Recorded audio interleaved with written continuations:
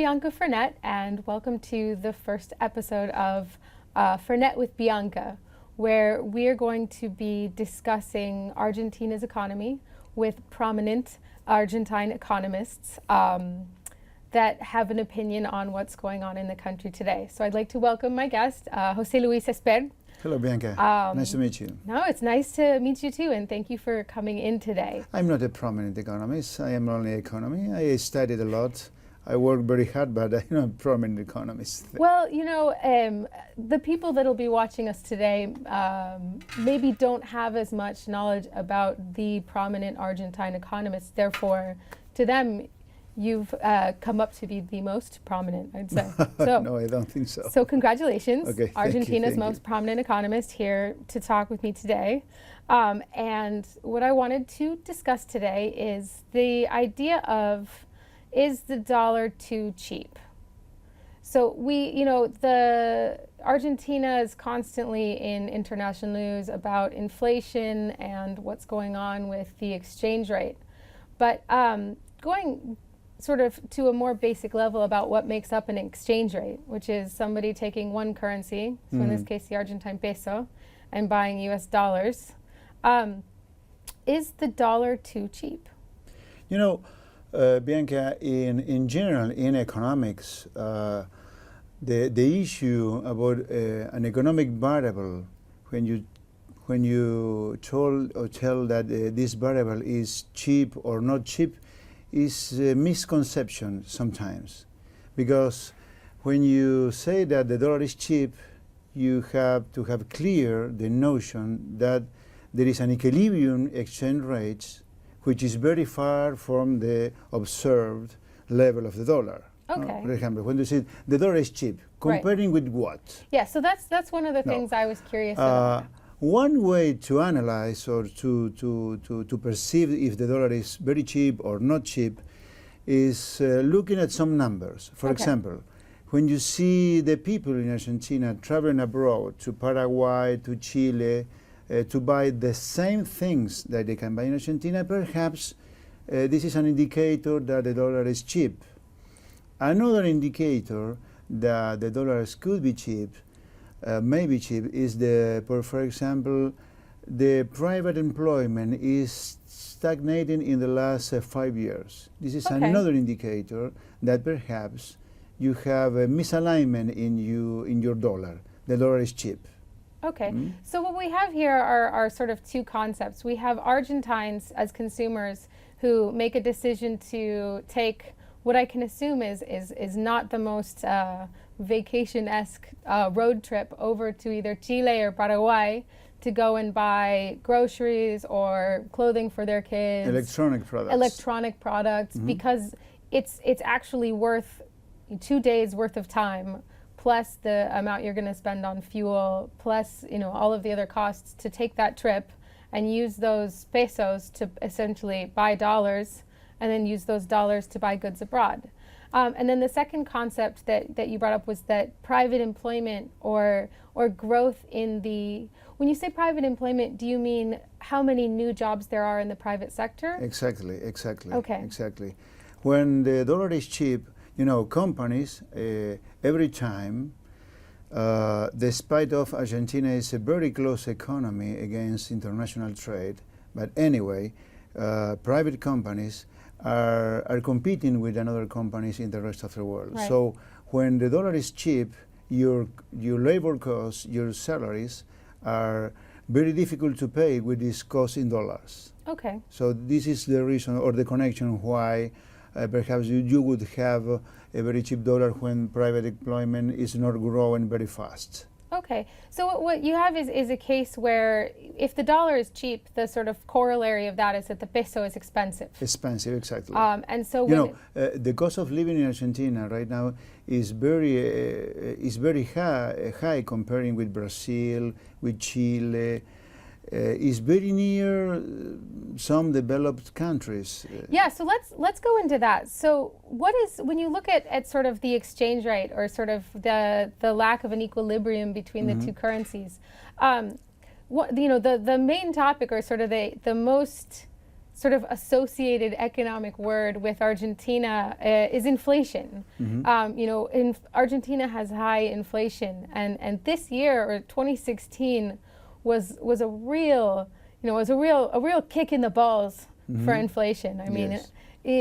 the cost of office supplies to food has gotten so high. So high. And like you said, even compared to cities like London or New York, compared to Brazil, compared to our neighbors. So what's the relationship between the exchange rate and inflation? Does one affect the other, or which sort of comes first? The economic science has proved so many times that the inflation rate is a monetary issue, is a monetary phenomenon. In the long run, it is impossible to have a very high inflation rate if you are not printing money. Okay. If you stopped printing money, you can be sure that perhaps after 1 year or 2 years, you will have a declining in the inflation rate. Okay. But in the short run, perhaps factors like a devaluation in your domestic currency would affect the inflation rate. One of the reasons why during the last year, 2016, we have had an inflation rate very near 40%, is due to devalue the exchange rate at the end of 2015, very near 50%. Yeah, I remember that was the sort of the realignment. So when we stopped pretending the peso was worth 10 pesos to the dollar. After this huge devaluation, after this big devaluation, the real exchange rate, the purchasing power of the dollar right now is very near December 2001. Okay. What do you mean by the purchasing power? If I'm just a consumer. The real power of the dollar to buy things. Okay. The real power of the dollar to buy things now is very near the power of the dollar to buy things at the end of December 2001. And in this year, in these times, 15 years ago, more than 15 years ago, nobody has doubts that the dollar was very, very cheap. Right. So that was sort of, so you're talking about purchasing power right before, the one of the biggest currency crises in modern history, when Argentina devalued from essentially a 1-to-1 to 4-to-1 overnight, and there was the corralito, whereby Argentines lost their savings by 75% in an instant. But so going back to what you said earlier with inflation being part of monetary policy. So when we look at an economy, we've got sort of, as a government, the government has two tools at its disposal. It's got monetary policy and fiscal policy. And so fiscal policy is where we have Congress and we have spending programs and we have taxes and things like that. And then monetary policy is where we have the central bank that sets inflation rates, and we have the central bank that sort of participates in buying and selling bonds and other monetary instruments. So going to the monetary policy part, because I think that's the one that non-economists have there's the most room to clarify. When we talk about the dollar being cheap right now, one of the things we've also seen happen over last year is the central bank's interest rate is close to 25%, and that's remained roughly stable all of last year. Yes. What do you think? How much of a impact does having such a high interest rate? So for comparison, the U.S. interest rate is 1.5. It's low, but even in comparable countries like European countries, Australia, you don't see an interest rate above 8 or 9%. Now, the central bank in Argentina has decided an inflation rate target. So when you have a regime called inflation rate, the central bank fixes the domestic interest rate to avoid an increased inflation rate, or to avoid a crisis in the inflation rate. Right. So that is the main important reason why during the last year we have had interest rate very near 25%. So if let's say that tomorrow, this is not a policy instruction, but as sort of like an economic exercise. But perhaps we have to connect for the people. Right. What's the relationship? The relationship there? between the Congress, where a politician decides the public expenditure, the fiscal deficit, and after you have a fiscal deficit, you have to finance this fiscal deficit. And one way to finance fiscal deficits is the central bank printing money. So in Argentina, let's connect Treasury call the president of the central bank and tell him, please, I need 100 million of pesos to pay the bill for the following 2 months. Okay. This has not happened in United States or in Europe, but in Argentina this happened. So is it still, I know that one of the major sort of, the major criticisms of the former administration was essentially this lack of independence between fiscal policy, which is how much Congress spends, so that's social programs and things like that, and the central bank, who decides how much money to print and where to set interest rates. Has the Macri administration put that separation back, or are we still seeing essentially a fiscal policy that's then being compensated for by a central bank that, rather than focus on an equilibrium exchange rate, prints money to pay for overspending? You know, in the last half century, Argentina is making circles in fiscal policy and monetary policy. During a period, you have fiscal deficit financed with the central bank printing money, and after you have a crisis with inflation rate caused due to printing money, you began to finance the fiscal deficit printing debt. Right. No? After you have a default or a crisis with external or domestic debt, you began to print money at another time to finance the fiscal deficit. Okay. So in Argentina, fiscal deficit is not negotiable. Right. No? Everybody, in general terms, agree that the government needs to have a huge fiscal expenditure, a huge fiscal deficit, and you change the way to finance this fiscal deficit depending with the crisis, with the previous crisis. Okay. Right now, Macri has decided or avoid a crisis in the inflation rate at the end of 2015, and after that, they began to reduce the inflation rate, beginning to reduce the velocity of the printing money. Correct. And they began to print debt and external debt, internal debt, to finance the fiscal deficit. But the fiscal deficit right now is bigger comparing with the last year of the Kirchner administration. Well, and looking at sort of there's what we're talking about. I'm clear. Very clear. Okay. Very clear. And so bringing that to sort of the idea that a lot of the fiscal deficit comes from paying things like energy subsidies, which are dollar-denominated purchases. So in order to essentially for the government to acquire or to subsidize or to finance some of its expenditure, we're talking about dollar-denominated purchases. So how does a cheap dollar impact the government's subsidizing or financing things that have to be acquired abroad? Here you have two different things. Okay. One thing is the government issuing external debt, which put additional pressure for this cheap dollar. Okay. No? The government financing the fiscal deficit in that way increased the problem with the cheap dollar.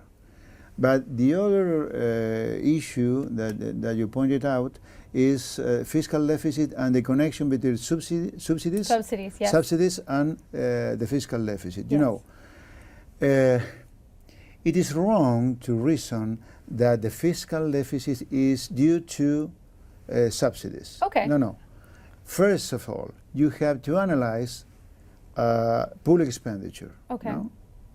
After that, fiscal revenues, and after that, fiscal deficit. Okay. You know, so what we're saying is we look at, just to kind of make sure I understand the concept. So we've got the fiscal deficit. I'm not saying that you have a misconception, no, but because here in Argentina, this is a general misconception. Okay. No? Because public expenditures or subsidies are right now very near 0.3 trillions of pesos. Okay. Pesos. All right. Trillion is your measure in the United States. It's the billions, billions, millions, 0.3 trillions Yes. denominated in US dollars, no? Okay. But in pesos. Right. Because here in Argentina we would say 0.3 billion of pesos, but billions in our domestic currency. Right. No, that's one of those language. It's also the How do billions. you prefer to speak? Billion of pesos or trillion? Let's talk about billions of pesos. Okay. But so going back to sort of the core Okay. concept here, when we look at then the cheap dollar, and we have had a year of Macri's policies now. What happens then in 2017? So going forward, what steps should the government take to reach an equilibrium exchange rate? And would those steps have an impact on sort of growth versus political stability? Well, I think that the most important measure that the government needs to take to avoid a cheaper dollar is to liberalize imports. Okay. In Argentina, still we have a very close economy. In 2015, Argentina lost a trial in the World Trade Organization due to the measures that Argentina has taken during 10 years between 2005 and 2015. Yeah, there was a lot of non-tariff barriers. Yes, so a lot. If you need to make an import, you have to go to the government. you got to get the guy that has the stamp and the other guy with the stamp and his cousin. One way to avoid the cheaper dollar is to liberalize imports, but you need to devalue perhaps at a more important velocity, because otherwise we would just import everything right away because the dollar is so cheap. No, I don't think so. Another measure that the government needs to take is to reduce public expenditure, but in addition of subsidies. Yes. The most important problem within public expenditure you have in salaries. Okay, so public salaries rather than the subsidies.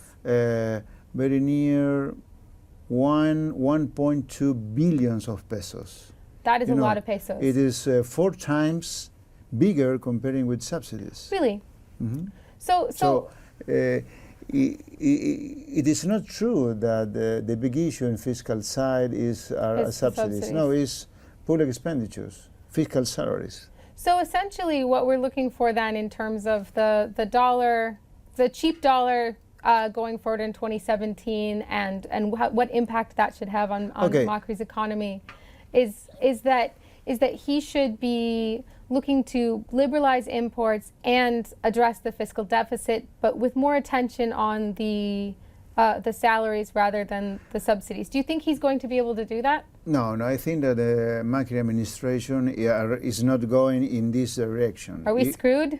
Not screwed in the short run, but looking at our history, this fiscal policy is unsustainable. But during this year, we have an election years. Right. We have midterm election, very important for the Macri administration. Indeed. I'm not thinking that the government will liberalize imports and will cut expenditure. I think that this year is an election year, it's a political year, so I think that the government will try to insist in the same policies during the last year. And keep the boat as steady as possible to make it through.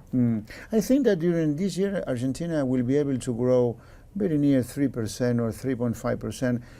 Our forecasts are very near in the growth side, with the government. The government in the budgets has forecast 3 to 5%, 3.5%.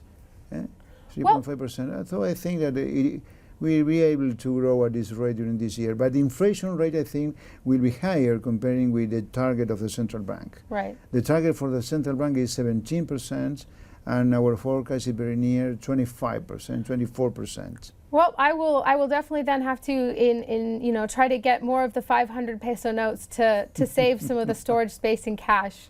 But anyway, José Luis, thank you very much for coming in, and it's been a pleasure to have you on Fernet with Bianca. So thank you for an interview. A pleasure. Until next time. Okay.